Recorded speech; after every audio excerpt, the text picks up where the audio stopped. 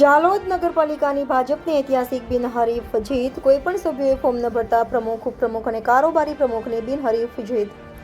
જાલોદ નગરપાલિકામાં આજરોજ સાંજે 4 કલાકે નગરપાલિકા સભાખંડમાં ચૂંટણી અધિકારીની બદલી અધ્યક્ષતામાં હેઠળ ચૂંટાયેલ સભ્યો વચ્ચે પ્રમુખ, ઉપપ્રમુખની ચૂંટણી માટે બેઠક યોજાઈ હતી. ભાજપ દ્વારા જાહેર કરાયેલ પ્રમુખ માટે કેતન પટેલને મેન્ડેટ લેટર આપવામાં આવ્યો હતો. તે મેન્ડેટ લેટર ચૂંટણી અધિકારીને સોંપવામાં આવેલ હતો.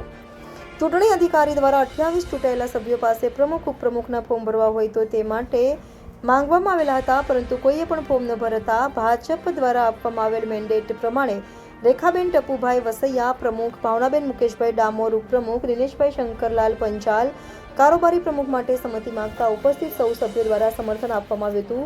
બિનહરીફ તરીકે ચૂંટાઈ આવેલ પ્રમુખ દ્વારા સાંજે 5:15 વાગે નગરપાલિકાનો પ્રમુખ તરીકે ચાર્જ સંભાળી લીધો હતો. Reporter Pankaj Pandit, Gujarat crime news, Jhalod. પ્રમુખ માટેની ચૂંટણી યોજાઈ હતી, જેમાં ભારતીય જનતા પાર્ટીના મેન્ડેટ તરીકે પ્રમુખ તરીકે શ્રીમતી રેખાબેન ટપુભાઈ વસૈયા, ઉપપ્રમુખ તરીકે શ્રીમતી ભાવનાબેન મુકેશભાઈ ડામોર અને કારોબારી ચેરમેન તરીકે દિનેશકુમાર શંકરલાલભાઈ પંચાલની જાહેરાત આજે કરવામાં આવી.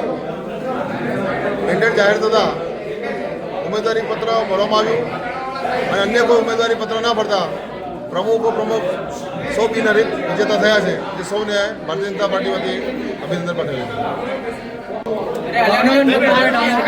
ભારતીય જનતા પાર્ટી ઉત્તર તરીકે મને જવાબદારી આલી છે તેને ખૂબ આભાર. ભારત માતા.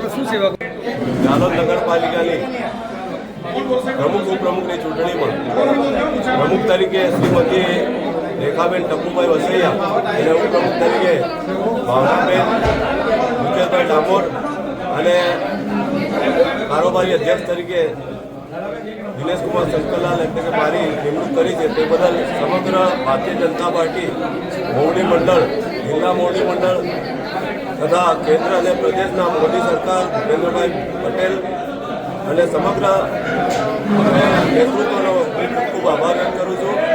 વંદે માતરમ, ભારત માતા.